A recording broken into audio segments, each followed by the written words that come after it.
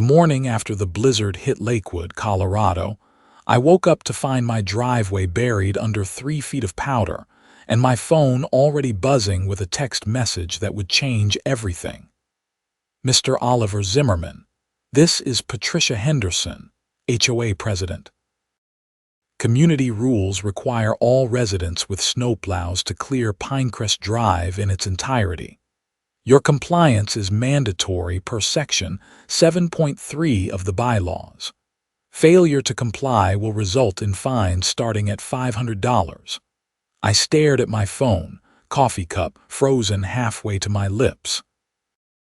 I had bought this house in the Pinecrest Meadows subdivision 2 years ago, attracted by the reasonable HOA fees and the promise of a quiet mountain community. The subdivision sat at the base of the Rockies, about 20 miles west of Denver, with 50 homes lining a single main street that wound through the development. When I mentioned during the purchase that I owned a commercial snowplow truck for my landscaping business, the previous owner had laughed and said it would come in handy. He never mentioned anything about mandatory plowing duties. I pulled up the HOA bylaws on my laptop, scrolling through pages of dense legal text about fence heights, approved paint colors, and holiday decoration timeframes. Section 7.3 read, residents possessing snow removal equipment are encouraged to assist in maintaining common areas during winter weather events. Encouraged, not required, not mandated. Encouraged. My phone buzzed again. This time it was a voicemail from Patricia. Her voice had that particular tone that middle-aged women with too much authority and too little oversight seem to perfect over years of making other people miserable. Mr. Zimmerman, I noticed you have not begun plowing operations. The entire street needs to be cleared by 2 p.m. today. This is not optional. I have already sent the official notice to your email address on file. The clock is ticking. I checked my email. Sure enough, there was a formal letter on HOA letterhead, complete with the same threats about fines and compliance. But there was something else too, buried in the second paragraph. She wanted the entire street cleared. Not just the cul-de-sac at the end, not just the main entrance, but every single inch of Pinecrest Drive, a mile-long stretch that serviced all 50 homes. My landscaping business, Zimmerman Property Services, had 5 employees during peak season, but in January, it was just me and my equipment. I ran the numbers in my head. Clearing that much snow properly would take me at least 8 hours of continuous work. 8 hours of fuel, wear and tear on my truck and my own labor. And Patricia Henderson expected me to do it for free because I happened to own the equipment. I called my buddy Jake, who lived 3 streets over in a non-HOA neighborhood. He answered on the 3rd ring, sounding half asleep. Man, you would not believe what my HOA just demanded, I said, pacing my kitchen. Let me guess. Patricia is at it again. You know her. Everyone within 5 miles knows Patricia Henderson. She tried to get the county to fine my neighbor for parking his boat in his own driveway. Said it was an eyesore that affected property values in the entire area, even though we are not even in her HOA. She is demanding I plow the entire street for free, threatening fines if I do not. Jake whistled. That has got to be illegal. The bylaws say encouraged, not required. But she is acting like she can force me. So what are you going to do? I looked out my window at Pinecrest Drive. The street ran east to west, with houses numbered sequentially. Odd numbers on the north side, even numbers on the south. My house, number 43, sat firmly on the odd-numbered side. I am going to comply with her demand, I said slowly, an idea forming. Just not the way she expects. By 9 a.m., I had my 2018 Ford F350 with its 8-foot Boss plow blade warmed up and ready. The truck was my pride and joy, customized for my business with commercial-grade everything. The plow blade alone cost more than some people's cars. I had invested serious money into equipment that helped me earn a living, and Patricia wanted me to use it as a community service. I started at the entrance to Pinecrest Drive, dropping my blade and beginning to push snow. But I stayed strictly on the right side of the road, clearing only in front of the odd-numbered houses. Number 1, number 3, number 5. The pattern was obvious and deliberate. I made clean, professional passes, pushing the snow into neat berms on the shoulder, leaving perfectly cleared pavement in front of each odd-numbered home. The even-numbered side remained untouched, a pristine blanket of undisturbed snow. By 10:30, I had made it halfway down the street when I saw Patricia's silver Lexus SUV come sliding and fishtailing down the even-numbered side, still buried in snow.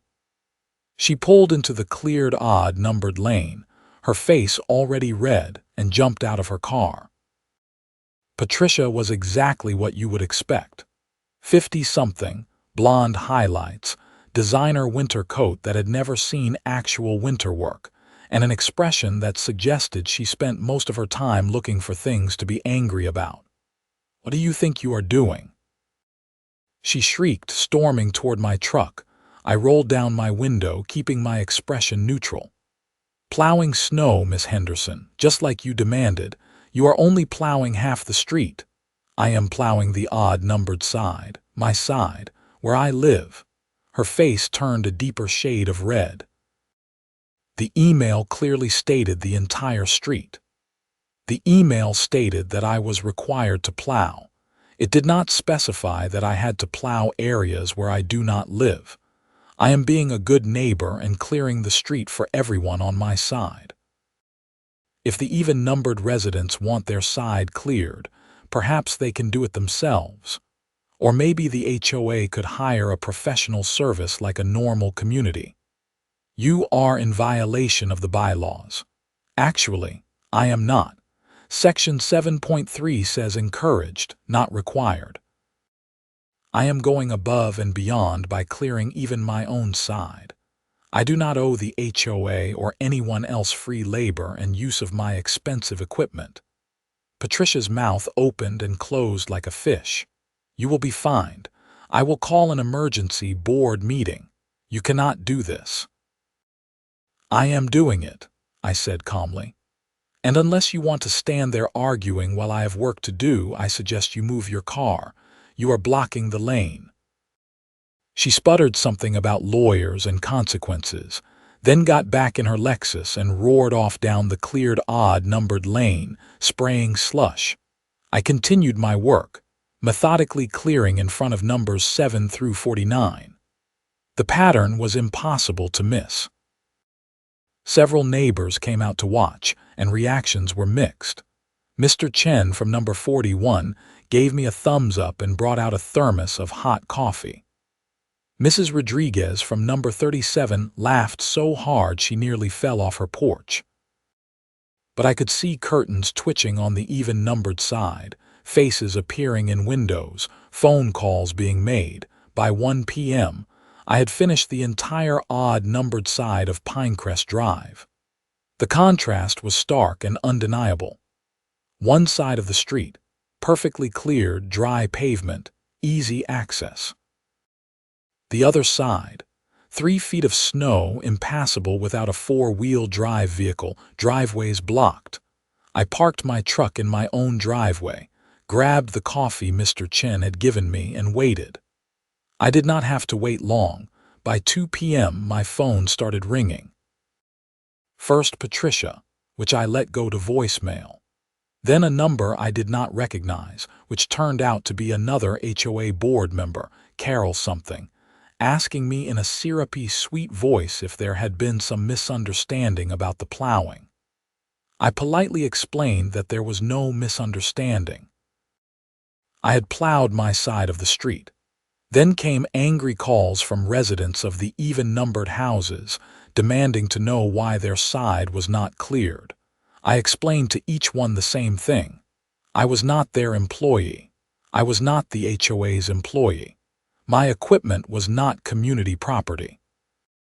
By 4 p.m., Patricia sent another email, this one CCing the entire HOA board and half the neighborhood. It was a masterpiece of bureaucratic rage, full of words like unacceptable, violation, and immediate action required. She announced an emergency HOA board meeting for the following evening and demanded my attendance. The evening news that night was covering the blizzard aftermath across the Denver metro area. Lakewood had been hit particularly hard, and many neighborhoods were still digging out. I was watching the coverage when my phone rang again. This time it was my neighbor directly across the street, Dennis Cartwright from number 44. "This is ridiculous," he started without preamble. "My wife cannot get out of the driveway. We have a doctor's appointment tomorrow." "I am sorry to hear that," I said. "Have you considered hiring a plowing service? Why should I pay when you have a plow right there? Why should I work for free? It is just being neighborly. Being neighborly is one thing. Being forced to provide free professional services is another." Patricia demanded I clear the whole street for free. That is about 8 hours of work, probably $100 in fuel, and wear on equipment that costs tens of thousands of dollars to replace. If you want to pay me my standard commercial rate, I would be happy to clear your driveway. How much? For a single driveway, $75. For a whole street, I would charge the HOA about $800. He hung up on me. 20 minutes later, he called back. "Fine. $75. Can you do it tonight?" "Sure thing, Dennis. I will be over in 20 minutes. I cleared Dennis's driveway, and he paid me in cash with obvious reluctance. As I was finishing up, his neighbor from number 46 came out and asked for the same service. Then number 48. By the end of the evening, I had cleared 6 even-numbered driveways and made $450. Not bad for a few hours of work. The emergency HOA board meeting was held in Patricia Henderson's living room, because of course it was. The HOA technically had access to the community clubhouse, a small building near the entrance with a kitchen and meeting space, but Patricia preferred to hold court in her own domain. I arrived at 7 p.m. sharp, having dressed in my work clothes, still smelling faintly of diesel fuel and winter. Patricia's house was number 22, and I noticed with some satisfaction that her driveway was still unplowed. She had clearly been expecting me to cave and clear the whole street. I had to park on the odd-numbered side and walk across the street through the snow. The board consisted of 5 people. Patricia as president, Carol Winters as vice president, a quiet guy named Bob Fletcher as treasurer, a woman named Susan Reed as secretary, and a younger guy named Mike Torres as member-at-large. They sat in a semicircle in Patricia's oversized living room, which was decorated in the style of someone who watched too much HGTV. Everything was gray and white and sterile, with live laugh love signs that seemed ironic given the current situation. "Mr. Zimmerman, thank you for coming," Patricia began, her voice dripping with false courtesy. "We need to discuss your failure to comply with the snow removal directive." "I complied fully," I said, remaining standing while they sat. "I cleared the odd-numbered side of the street, which is where I live. I went above and beyond what the bylaws require." Carol jumped in. "The spirit of the bylaw is community cooperation. The letter of the bylaw says encouraged, not mandatory. There is a legal difference." Bob, the treasurer, shifted uncomfortably. "Mr. Zimmerman, surely you understand the position this puts the HOA in. We do not have the budget to hire commercial snow removal." "Then perhaps you should not have sent me a threatening email demanding free labor." "It was not demanding," Patricia snapped. It was asking residents to contribute to the community. I pulled out my phone and read her email back to her, emphasizing the words mandatory, required, and $500 fine. That sounds like a demand to me. Susan, who had been scribbling notes, looked up. What would it take for you to clear the even-numbered side? My standard commercial rate. $800 for the whole street, or I can continue clearing individual driveways at $75 each. I have already done 6. Patricia's face went through several shades of red. You are charging our neighbors. This is unconscionable. What is unconscionable is expecting someone to provide professional services for free. I bet none of you work for free. Bob, you are an accountant, right? Do you do taxes for free for the neighborhood? Carol, you are a real estate agent. Do you sell houses for no commission? No. Then why should I plow snow for free? Mike Torres, who had been quiet until now, spoke up. He has a point, Patricia. We cannot force residents to provide free labor. That is probably illegal. It is community service, Patricia insisted. No, it is not, I said firmly. Community service is volunteering. What you sent me was a demand with threats of fines. That is attempted coercion. The room went quiet. Bob was nodding slowly. Susan had stopped writing. Even Carol looked uncertain. Only Patricia maintained her righteous anger. We will need to take this to a vote, Patricia said. I move that we fine Mr. Zimmerman $500 for failure to adequately clear Pinecrest Drive. I second, Carol said automatically, all in favor. Patricia's hand shot up, followed by Carol's. Opposed? Bob, Susan, and Mike all raised their hands. The motion fails, Bob said with what sounded like satisfaction. Patricia, I am going to say this as gently as I can. We cannot fine someone for not providing free labor. If we try, he will sue the HOA and he will win. I have looked into this. Multiple HOAs have lost similar cases. Then what do you suggest? Patricia said coldly. I suggest we pay him his requested rate and clear the street properly.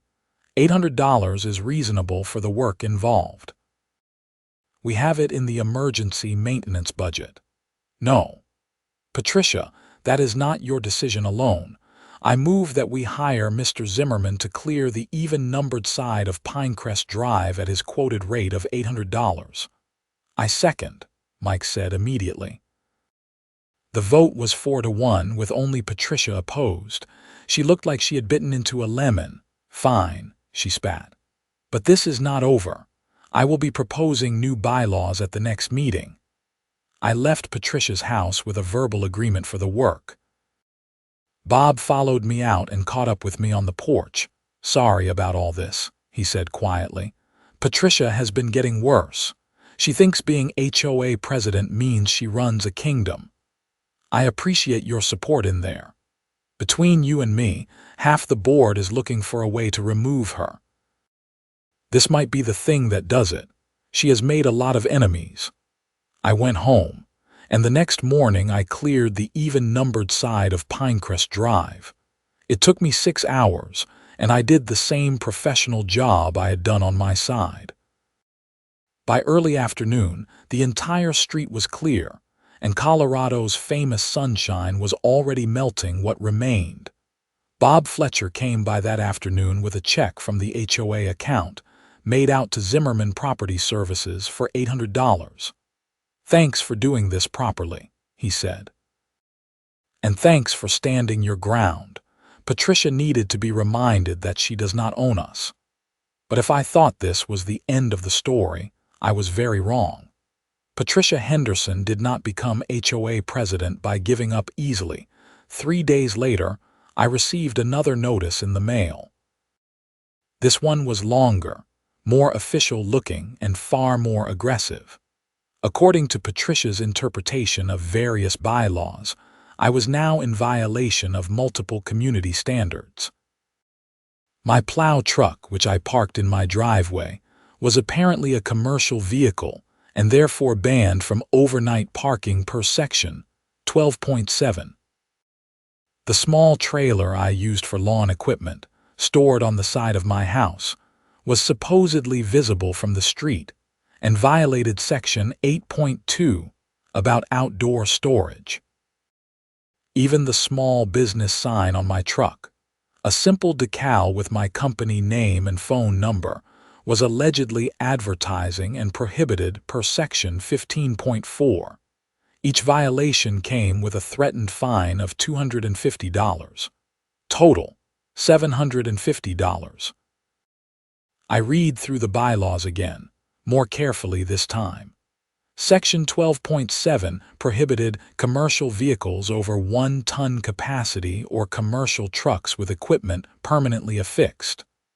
My truck was 3/4 ton, and the plow was removable. Section 8.2 prohibited outdoor storage visible from the street of non-decorative items. My trailer was behind a fence that I had installed specifically to comply with HOA rules. Section 15.4 prohibited signage advertising businesses not operated from the property. That one was more debatable, but multiple neighbors had similar decals on their vehicles. I took photos documenting everything and sent a response letter to the HOA board, CCing all members, not just Patricia. I pointed out the factual inaccuracies in her claims and noted that she seemed to be retaliating against me for refusing to provide free labor. I also noted that several even-numbered residents had similar situations, but they were not being cited for violations. Bob Fletcher called me that evening. "She is out of control," he said without preamble. "I am calling an emergency board meeting to discuss Patricia's conduct. This is clear retaliation." "I appreciate that, Bob. Can you make a meeting Monday night, 6 p.m. at the clubhouse this time, not her house?" "I will be there." That weekend, I did some research. I contacted a lawyer friend from college who specialized in HOA disputes. Her name was Rachel Kim, and she had built a whole practice around representing homeowners against overzealous associations. "This is textbook retaliation," Rachel said after I explained the situation. "And the original demand for free labor could arguably be attempted theft of services. You provided specialized professional services, and she tried to force you to do it without compensation through threats." "What are my options? Legally, you have several. You could sue the HOA for harassment and retaliation. You could file complaints with the county, or you could handle it internally through their board process." Based on what you are telling me about Bob and the other board members, internal might work. But if Patricia escalates, you call me immediately. I will represent you pro bono if it goes to court, just because I love cases like this. Monday's meeting was much different from the previous one. It was held in the community clubhouse, a neutral space.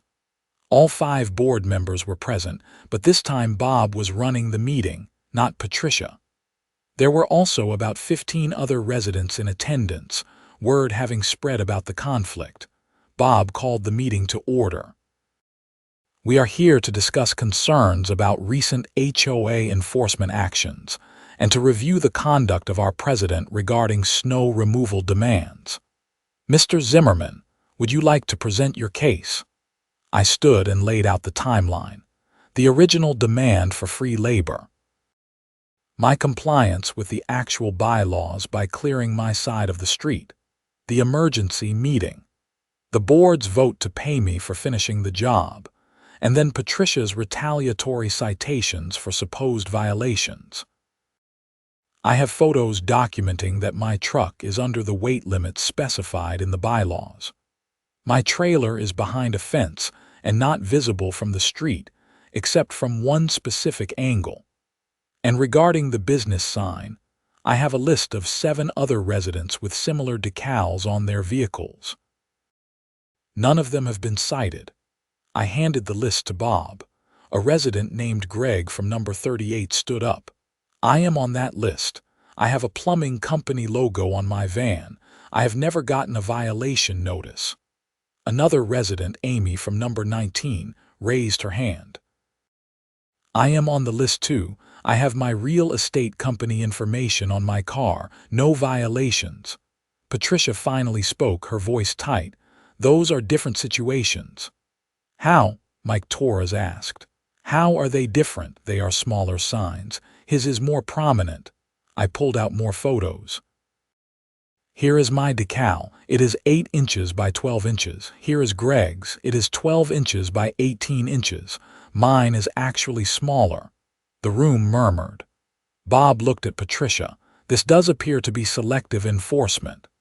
"I was just following the bylaws," Patricia insisted. "You were retaliating," Susan Reed said quietly. It was the first time I had heard her directly contradict Patricia. "I have been secretary for 3 years, and we have never enforced these provisions this aggressively. The only thing that changed is that Oliver refused to plow for free." Carol Winters, who had been Patricia's ally, shifted in her seat. "Susan has a point. The timing is suspicious." Patricia stood up abruptly. "I do not have to sit here and be accused of improper conduct. I have volunteered countless hours to this community." "And we appreciate that," Bob said carefully. "But this situation has gotten out of hand. I am calling for a vote of no confidence in Patricia Henderson as HOA president." The room went dead silent. Patricia's face drained of color. "You cannot do that," she whispered. "Actually, I can. According to our bylaws, any board member can call for a vote of no confidence. It requires a majority of the board and can be triggered by concerns about a board member's conduct." "I second the motion," Mike said. The vote was swift. 4 in favor, 1 opposed. Patricia had voted against herself being removed, but it did not matter. Effective immediately, Patricia Henderson is removed as president of the Pinecrest Meadows HOA board, Bob said formally. Per our succession bylaws, as vice president, Carol Winters will assume the role of president until the next election. Patricia grabbed her purse and coat and stormed out of the clubhouse. The door slammed behind her with enough force to rattle the windows. Carol, now suddenly president, looked shell-shocked. "I did not expect that." "None of us did," Bob said, "but it was necessary." Patricia had started using the HOA as a personal weapon.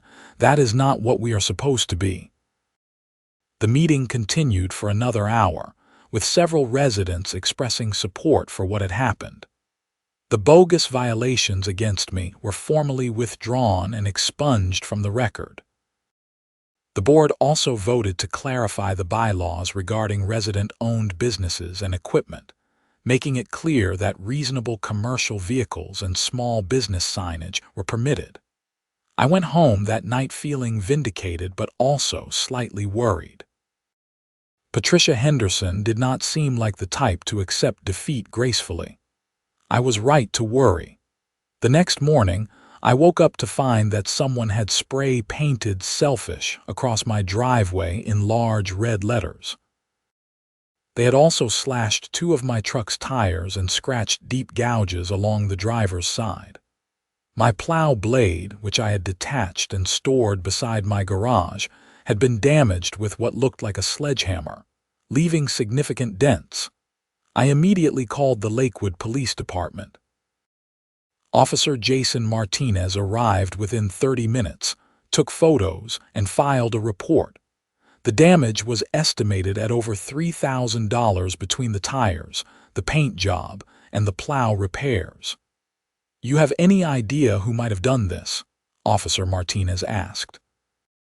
I explained the HOA situation, including Patricia's removal from the board the previous evening. He wrote everything down. "You have any security cameras?" "No, I have been meaning to install them." "Might want to move that up on your priority list." "In the meantime, I will check with your neighbors, see if anyone saw anything." Officer Martinez spent the next hour canvassing the street. When he came back, he looked thoughtful. Your neighbor across the street, Mr. Cartwright at number 44, said he saw a silver Lexus SUV on the street around 3 a.m. Said he got up to use the bathroom and noticed it because it seemed unusual for that time of night. He did not see who was driving or what they were doing. Patricia drove a silver Lexus SUV, but so did about 1,000 other people in the Denver metro area. That is not enough for charges, Officer Martinez said, but it is interesting. I will include it in the report. Make sure you document everything. If this escalates, you might need a restraining order. I filed an insurance claim and spent the morning getting estimates on repairs. The spray paint would require professional removal to avoid damaging the driveway concrete. The truck repairs would take several days. The plow blade could be fixed but would need to go to a specialized shop in Denver. By afternoon, I had quotes totaling $3,400. My insurance deductible was $1,000, so I was out of pocket either way. Bob Fletcher called that afternoon. I heard what happened. I am so sorry, Oliver. Not your fault. Carol wants to make a formal statement on behalf of the HOA condemning the vandalism. We are going to send it to the whole neighborhood. I appreciate that. Between you and me, everyone knows it was Patricia. Knowing and proving are different things, true, but karma has a way of working out. The next few days were quiet, too quiet. I got my truck repaired and installed a comprehensive security camera system around my property, with cameras covering my driveway, the street, and both sides of my house. The system uploaded footage to the cloud continuously, so even if someone destroyed the cameras, the footage would be preserved. I also made an appointment with Rachel Kim, the lawyer, just to have a formal consultation on record. She advised me to document everything, keep copies of all communications, and be prepared to file for a restraining order if there were any more incidents. 2 weeks passed without incident. The damaged portion of my driveway was professionally cleaned and looked almost normal. My truck was repaired. My plow blade was straightened and reinforced. Life seemed to be returning to normal. Then I got an email from the Lakewood Planning Department. According to an anonymous complaint, I was allegedly running a commercial business from my residential property in violation of zoning regulations. The complaint claimed I was storing commercial vehicles, operating heavy machinery, and conducting business activities, all of which were supposedly prohibited in residential zones. I called the planning department and spoke with a zoning officer named Helen Yamagata. She was professional and apologetic. Mr. Zimmerman, I am sorry about this. The complaint is pretty clearly frivolous, but we have to investigate every report we receive. Can I schedule a time to come by and do a site inspection? Absolutely. The sooner the better. I want this resolved. Helen came by the next day. She walked around my property, took notes, and asked questions about my business operations. I explained that Zimmerman Property Services was a landscaping company that operated at client sites. I did not run the business from my home. I did not have clients coming to my house. I did not store excessive equipment. My truck was a standard pickup used by thousands of contractors, and I kept it maintained and parked properly. This is exactly what I expected to find, Helen said, closing her notebook. You are in full compliance with zoning regulations. Home-based businesses are allowed as long as they do not create nuisances, and yours clearly does not. I will close this complaint as unfounded. Can I ask who filed it? It was anonymous, but it came through our online portal. The IP address is logged. If you believe this is harassment, you can request that information through a police investigation or legal subpoena. I thanked Helen and immediately forwarded all the information to Rachel Kim. She sent me back a brief email. This is getting into harassment territory. Consider filing a police report about the pattern of behavior. I went to the Lakewood Police Department that afternoon and asked to speak with Officer Martinez, who had handled the vandalism case. He listened to the new developments and added them to the existing case file. "You are building a pretty clear pattern of harassment," he said. "The problem is we still do not have direct evidence connecting Patricia Henderson to any specific act. The vandalism, the false zoning complaint, all of it could theoretically be someone else. But the timeline is pretty damning. In a civil case, sure. For criminal charges, we need more. Keep documenting everything. If she makes any direct threats or if there are more incidents, call us immediately." I felt frustrated but understood his position. Police needed evidence, not just suspicious coincidences. That weekend, another blizzard rolled through Colorado. This one was smaller, only about a foot of snow, but it still required plowing. I got a call from Carol Winters, the new HOA president, on Saturday morning. "Oliver, I know this is a sensitive subject, but would you be willing to plow the street again? We would pay your full rate, of course, $800, same as before." "I appreciate you asking properly this time," I said. "Yes, I can do it. I will start this afternoon. Thank you." "And Oliver, I am sorry about how everything went down. Patricia was out of line from the beginning. I plowed the entire street, both sides, that afternoon." The work went smoothly, and several neighbors came out to thank me and comment that it was ridiculous the previous board had tried to force me to do it for free. I finished by evening, and Carol dropped off a check the next morning. Monday brought a new development. I received a certified letter from a law firm in downtown Denver. My stomach sank as I opened it, expecting a lawsuit from Patricia. Instead, I found something completely different. The letter was from the law firm of Davidson and Associates, and it was addressed to Patricia Henderson with a copy sent to me. The firm represented Mrs. Ellen Murphy, the resident of number 48, one of the even-numbered houses whose driveway I had plowed for $75 after the first blizzard. According to the letter, Mrs. Murphy was in her 70s and had a heart condition. On the day after the first blizzard, unable to get out of her driveway and with her side of the street unplowed, she had attempted to walk through 3 feet of snow to reach the cleared odd-numbered side.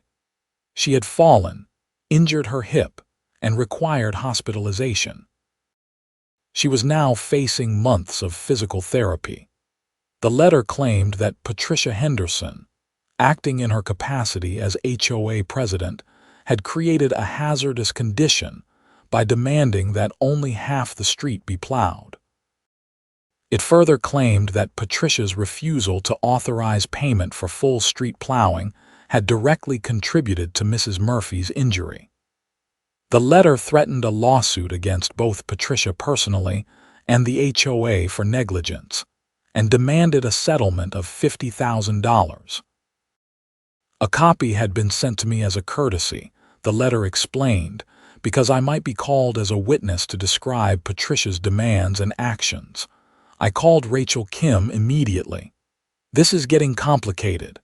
She asked me to forward the letter, which I did. She called back within an hour.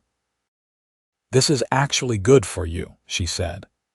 "It establishes that Patricia's actions had real consequences. If Mrs. Murphy's lawyers can prove that Patricia's demands created the dangerous situation, you are completely in the clear.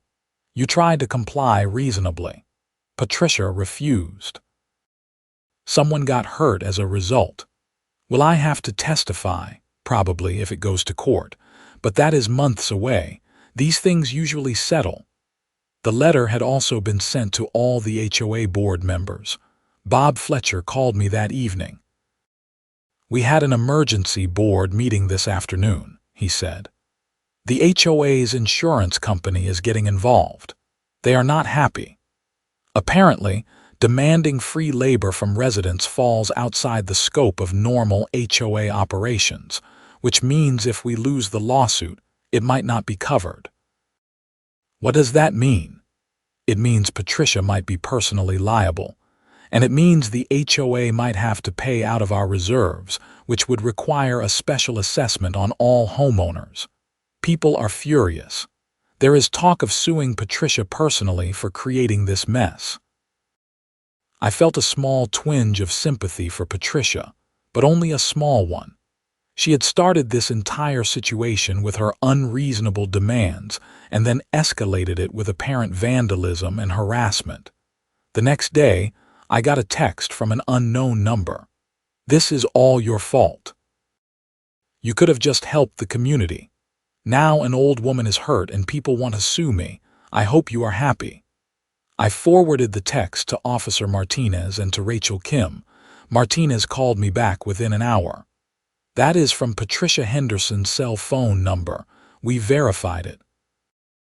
That text could be considered harassment, and it arguably places blame on herself for the situation. I am going to pay her a visit and have a conversation about ceasing all contact with you. Will that make things worse? Possibly.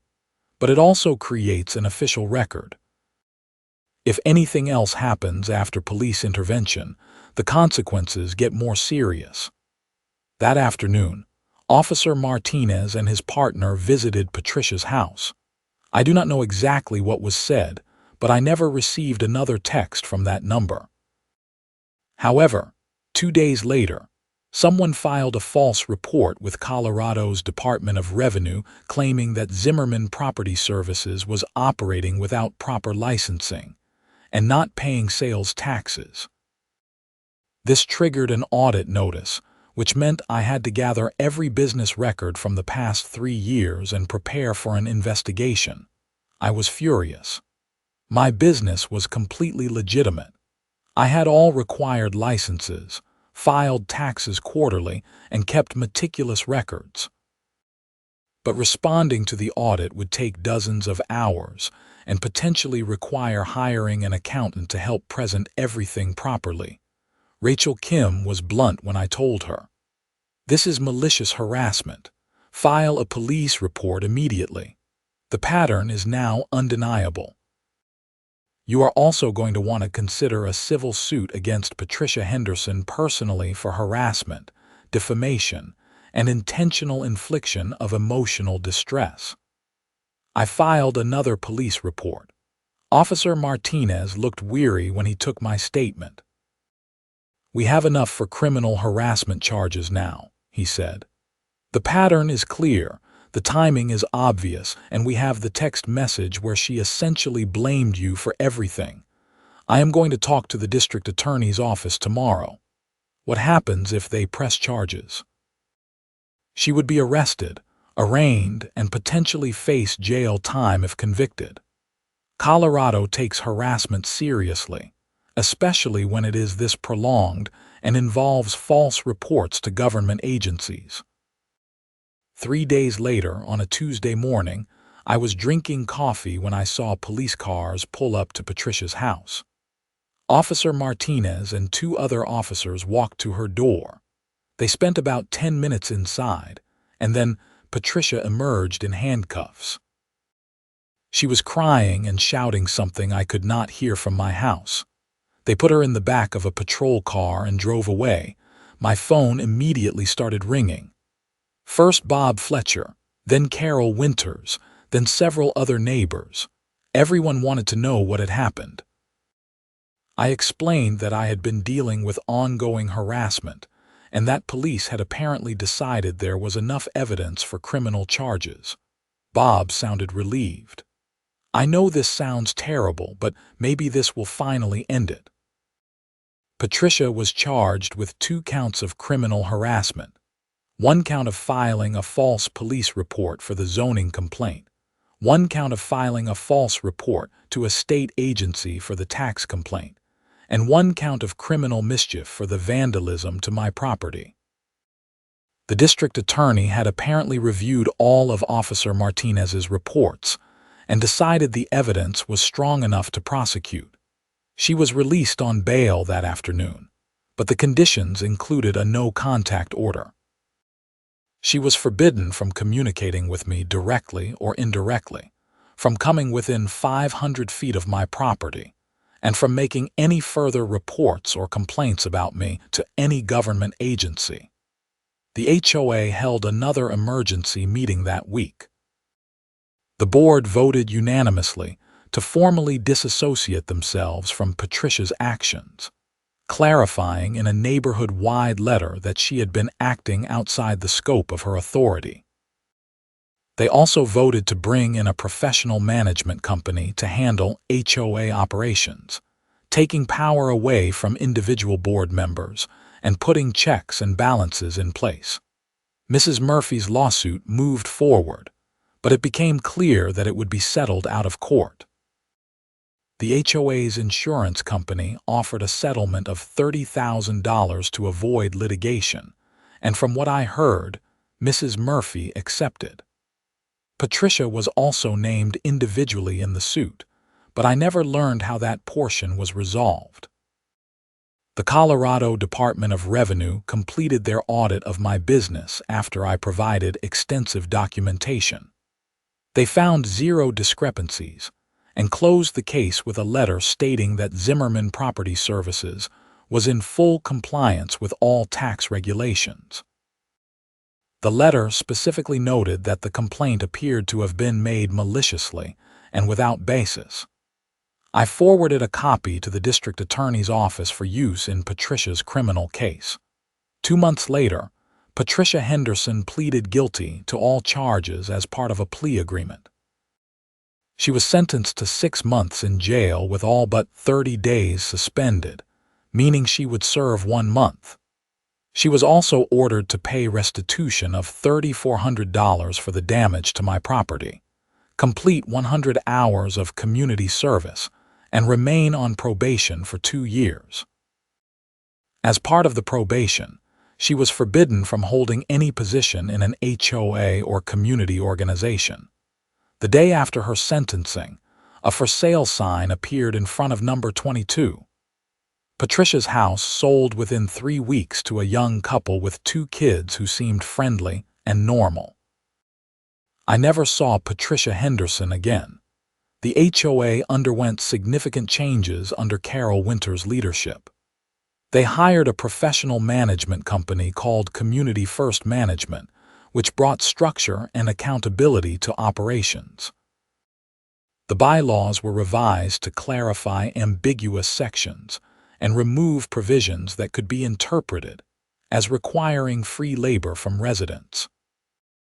A new provision was added explicitly stating that all HOA enforcement actions must be applied consistently and fairly, with a formal appeals process for disputed violations.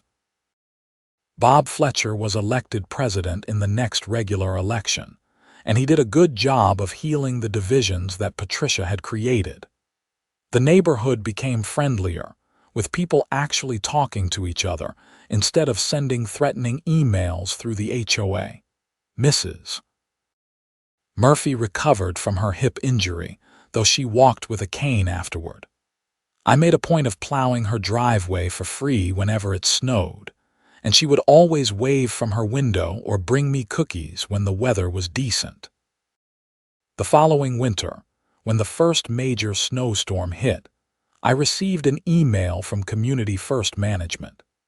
It was professional and polite, asking if Zimmerman Property Services would be interested in a contract to provide snow removal services for Pinecrest Drive for the entire season. They offered $1,500 for the season, covering an estimated 5 to 10 plowing events. It was a fair rate, maybe even slightly generous. I accepted the contract, and that winter I plowed the entire street every time it snowed. Both sides, properly and professionally. And I got paid fairly for my time and equipment, just like any other professional service provider. The irony was not lost on me. If Patricia had simply asked nicely and offered reasonable compensation from the beginning, none of the drama would have happened. She would still be HOA president, Mrs. Murphy would not have been injured, and I would have been happy to help my community. Instead, her aggressive demands and retaliation had cost her everything. I ran into Carol Winters at the grocery store in Lakewood one Saturday morning about a year after the whole situation had resolved. She was buying produce, and we chatted in the aisle for a few minutes. "I wanted to thank you again," she said, "for standing your ground. Patricia had been getting worse for years, and none of us had the courage to stop her. You forced the issue, and it made the neighborhood better." "I was just protecting my rights," I said. "I did not intend to start a revolution." Sometimes revolutions start with one person saying no to something unreasonable. The neighborhood is healthier now. People are friendlier. We actually have volunteers for committees instead of Patricia just appointing her friends. It is what an HOA should be. That is good to hear. Although, she said with a smile, I think some people are still talking about the half-plowed street. It became kind of legendary. Like that one time someone took the HOA literally and it backfired spectacularly. I laughed. I just wish it had not taken so much drama to get to a reasonable outcome. Some people only learn through consequences. Patricia learned the hard way. I finished my shopping and drove home to Pinecrest Drive, where the street was clear and dry under Colorado's spring sunshine. My truck sat in my driveway, plow blade detached and stored neatly, no longer a source of controversy. My business was thriving, having picked up several new commercial clients after word got around about how I had stood up to the HOA. Life was good. The neighborhood was peaceful, and when winter came again, I would plow the entire street, both sides, and get paid fairly for my work. Sometimes standing your ground means drawing a line down the middle of a snowy street and making people think about what they are really demanding. Sometimes malicious compliance teaches better lessons than immediate surrender. And sometimes, just sometimes, refusing to be pushed around makes an entire community better. I learned that people in positions of minor authority sometimes forget they are supposed to serve a community, not rule it. Patricia Henderson had treated the HOA presidency like a fiefdom, issuing demands and expecting obedience. When someone finally said no, she could not handle it and escalated to criminal behavior. It cost her everything, but it freed the rest of us. The following summer, I was working on a landscaping project for a client in another neighborhood when my phone rang. It was Mike Torres from the HOA board. "Hey Oliver, I wanted to give you a heads up. We are doing a neighborhood appreciation picnic next month, and the board voted unanimously to give you a community service award for your professionalism during last year's snow removal situation." I was genuinely surprised. That is not necessary. Maybe not, but we want to. You stood up for what was right when it was not easy. That matters. Plus, we kind of owe you for enduring all of Patricia's harassment. I appreciate that, Mike. Thank you. The picnic was held at the community clubhouse on a warm July afternoon. There were maybe 60 people there, families and neighbors eating hot dogs and playing lawn games. Bob Fletcher gave a short speech about community values and treating each other with respect. Then he called me up and presented me with a plaque that read, "Presented to Oliver Zimmerman for exemplary professionalism and service to Pinecrest Meadows." People applauded. Several neighbors came up afterward to shake my hand and thank me for not backing down. Mr. Chen from number 41 brought his kids over to meet the plow guy who only did half the street, which had apparently become a story he told at dinner parties. Mrs. Murphy was there too, moving slowly but steadily with her cane. She pulled me aside and spoke quietly. "I never properly thanked you," she said. "If you had just done what Patricia wanted, none of this would have come to light. She would have kept abusing her position. maybe someone else would have gotten hurt worse. You drew attention to a problem, even though it cost you. I am just sorry you got hurt, Mrs. Murphy. Ellen, please, and do not be sorry, I am healing fine. More importantly, we have a better neighborhood now. Patricia needed to be stopped and you were the catalyst. I am grateful. As the sun set that evening and neighbors drifted home, I sat on the clubhouse porch with Bob and Mike, drinking lemonade and watching kids play soccer in the common area. You know what the craziest part is? Bob said. If Patricia had just treated people with basic respect, she could have been president for years. People liked her at first. She was organized, got things done, but power went to her head. It happens a lot with HOAs, Mike said. My cousin lives in Aurora and they had a similar situation. Board president started acting like a dictator, got removed, filed a bunch of lawsuits that went nowhere. Some people cannot handle even a little bit of authority. At least our story had a relatively clean ending, I said. Patricia faced consequences, the neighborhood improved, and nobody died. Low bar, Bob laughed. But yeah, it could have been worse. I drove home that night feeling content. The plaque sat on my passenger seat and I planned to hang it in my home office.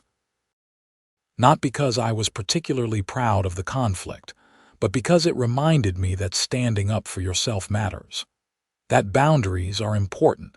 That nobody owes free labor just because someone with a title demands it. The next few years passed quietly.